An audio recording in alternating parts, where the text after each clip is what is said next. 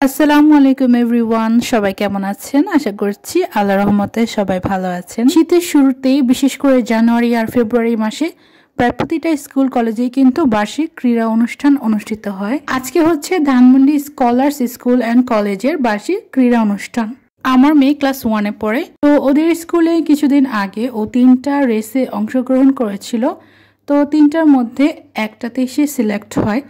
তো আজকে হচ্ছে ফাইনাল ডে, তো সেটার জন্যই ও প্রস্তুতি নিচ্ছে। সকাল 8টার দিকেই আমরা সবাই চলে এসেছি। এটা হচ্ছে ধানমন্ডি মহিলা কমপ্লেক্স। আমি গত বছরও রেসে অংশগ্রহণ করেছিল, বাট ও উত্তীর্ণ হতে পারেনি। তো এবারও পারেনি।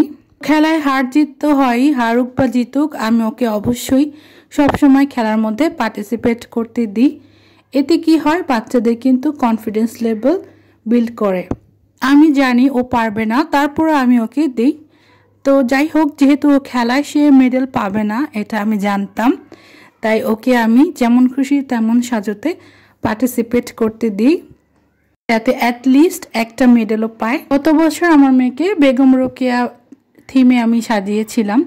তো আমি নিজে কাপড় কিনে কেটে সেলাই মেশিন দিয়ে বানিয়ে নিয়েছিলাম ওর জন্য শাড়ি।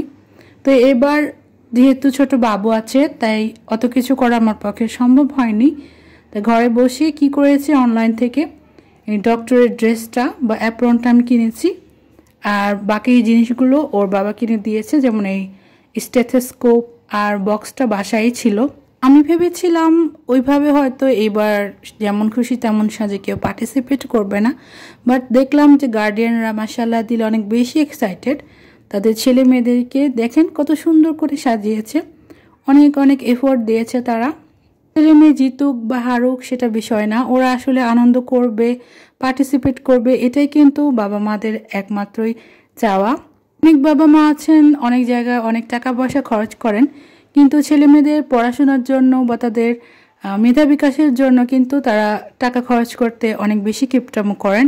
আর কত বাবা মা আছে তাদের সন্তানদের তো কখনো এইসব ইভেন্টে অংশগ্রহণই করতে দেন না, তাদের কথা নাই বলি। যাই হোক, আমার মেয়ে যে ওর ফ্রেন্ডদের সাথে ও 3rd প্রাইজ পেয়েছে, ওর ফ্রেন্ডরাও 2nd প্রাইজ, কেউ 3rd প্রাইজ পেয়েছে।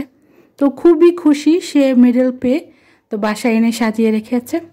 তো সবাই ভালো থাকবেন, আল্লাহ হাফেজ।